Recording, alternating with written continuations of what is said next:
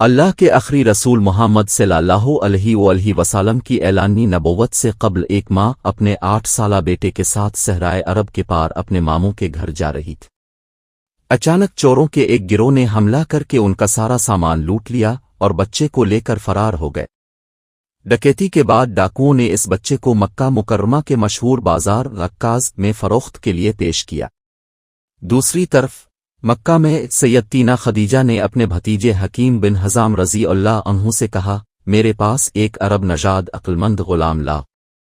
سیدنا حکیم بن حزام رضی اللہ عنہ نے اس بچے کو بازار میں دیکھا تو اسے خرید کر اپنی خالہ کو پیش کیا۔ جب سیدہ خدیجہ کا نکاح رسول اللہ صلی اللہ علیہ وسلم کے ساتھ ہوا تو اب صلی اللہ علیہ وسلم کے دل کو چھو گیا۔ بچے کی خصوصیات کے مطابق اب کے آداب و اطوار اس قدر متواضع تھے کہ جب اپنے یہ لونڈی سیدہ خدیجہ سے مانگی تو اپنے اسے آپ کی بارگاہ میں ہدیہ کے طور پر پیش کر دیا۔ حصہ 22 تاریخ علی 5 طبقات ابن سعد جلد 3 صفحہ 29 تا 31۔ پیارے اسلامی بھائیوں، وہ غلام جو رسول اللہ صلی اللہ علیہ وسلم کی غلامی میں آیا اور آپ کے پیار اور محبت سے پرورش پایا وہ سیدنا زید بن حارثہ رضی اللہ عنہ کے نام سے مشہور۔ باپ پر کوئی ترجیح نہیں دکھانا۔ سیدنا زید رضی اللہ عنہ کے چند قبیلے حج کے لیے مکہ آئے۔ انہوں نے اتفاق سے اسے پہچان لیا اور اس کے باپ کو اطلاع دی کہ ان کا بیٹا غلامی کی زندگی گزار رہا ہے۔ باپ اپنے بھائی کے ساتھ فوراً مکہ پہنچا اپنے بیٹے کو غلامی سے نجات دلانے کے لیے فدیہ کی رقم لے کر۔ پیارے آقا صلی اللہ علیہ وسلم نے فرمایا، زید سے پوچھو کہ کیا وہ تمہارے ساتھ جانا چاہتا ہے، اسے فدیہ کے بغیر لے جا، اور اگر وہ نہیں جانا چاہتا تو اسے چھوڑ دو۔ سیدنا زید رضی اللہ عنہ سے پوچھا گیا تو انہوں نے جواب دیا، میں اللہ کے رسول صلی اللہ علیہ وسلم سے زیادہ کس کو ترجیح دوں گا؟ میرے لیے اب میری ماں، باپ اور چچا کی جگہ ہیں۔ باپ اور چچا نے کہا، اے زید، کیا تم غلامی کو پسند کرتے ہو؟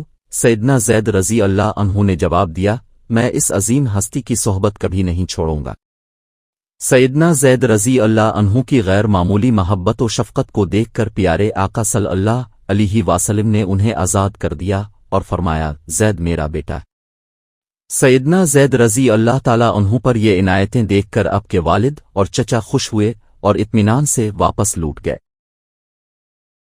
باپ کی طرف منسوب صحابہ کرام رضی اللہ عنہ شروع میں سیدنا زید رضی اللہ عنہ کو زید بن محمد کہتے تھے، لیکن جب سورہ احزاب کی آیت نمبر 5 ترجمہ قرآن انہیں یعنی گود لیے ہوئے بچوں کو ان کے حیاتیاتی ناموں سے پکارو، یہ اللہ کے نزدیک زیادہ جائز ہے، نازل ہوا تو انہوں نے اسے زید بن حارثہ کہا۔ مسلم صفحہ 1014 حدیث 6262 فضائل اور فضیلت۔ سیدنا زید بن حارثہ رضی اللہ عنہ ہمیں اپنی شان و شوکت کے ساتھ آسمان کے ایک روشن ترین چاند کی یاد دلاتے ہیں جس کو کبھی گرہن نہیں لگے گا۔ وفاداری، جہاد کا شوق، ذوق عبادت، عاجزی میں اعلیٰ مقام حاصل کیا۔ اپنے چھوٹی عمر سے لے کر شہادت تک رسول اللہ صلی اللہ علیہ وسلم کی حمایت کی۔ وہ ان آزاد کردہ غلاموں میں سب سے پہلے تھے جنہیں ایمان کی دولت سے نوازا گیا تھا۔ سیرت ابن حشام صفحہ 99 وہ واحد صحابی ہیں جن کا نام قرآن میں آیا ہے۔ حصہ 22 سورۃ الاحزاب آیت 37 آپ کو صحابہ کرام میں حبن النبی یعنی نبی کو سب سے پیارے کا خطاب ملا۔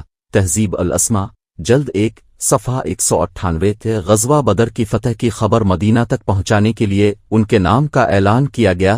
طبقات ابن سعد جلد 2 صفحہ 13 جب حضور صلی اللہ علیہ وسلم 2 شعبان 5 ہجری کو غزوہ بنی مستلق کے لیے روانہ ہوئے، اپنے انہیں مدینہ میں اپنا نائب بنایا۔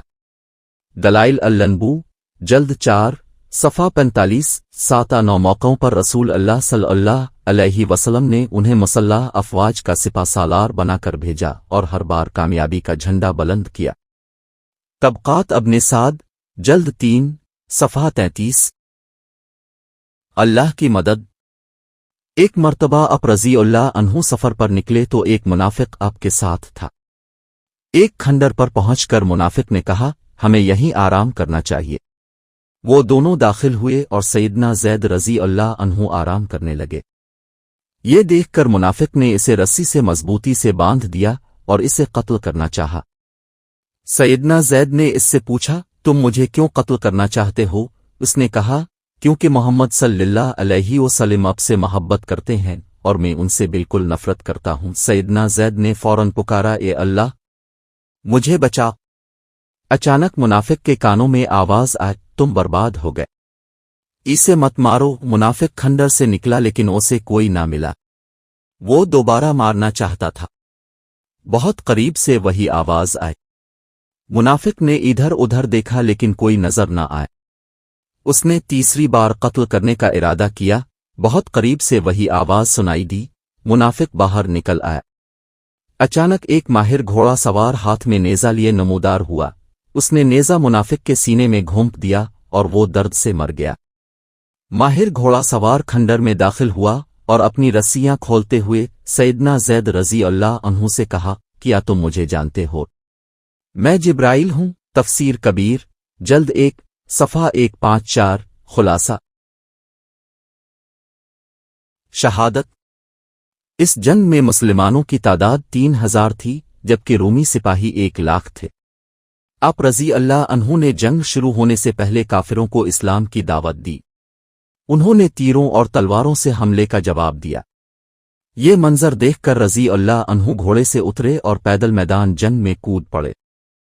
اس کی پیروی کرتے ہوئے مسلمان بہادری سے لڑنے لگے۔ کافروں نے اس پر حملہ کیا اور اپنے تیروں اور نیزوں کی بارش کی۔ آپ رضی اللہ عنہ نے بہادری سے لڑتے ہوئے جامن شہادت نوش کیا۔ شرح ابی داؤد، جلد 6، صفحہ 41 تا 42۔ خلاصہ سیرت مصطفیٰ، صفحہ 404۔ اللہ اس پر رحم فرمائے اور ان کی خاطر ہمیں بخشش سے نوازے۔ حکم۔ اس واقعہ اور قرآنی آیت سے یہ معلوم ہوتا ہے کہ جو لوگ کسی کے بچے کو گود لے اور اس کا نام حقیقی باپ گود لیے ہوئے بچے کے کی جگہ لکھیں ان کے لیے جائز نہیں ہے، لیکن گود لیا ہوا بچہ اس کے حقیقی باپ سے منسوب ہونا چاہیے۔ تاہم گود لینے والا اپنا نام گود لیے ہوئے بچے کے ساتھ بطور سرپرست درج کرا سکتا ہے، جبکہ گود لیے ہوئے بچے کے ساتھ حقیقی والد کا نام ضرور لکھا جائے۔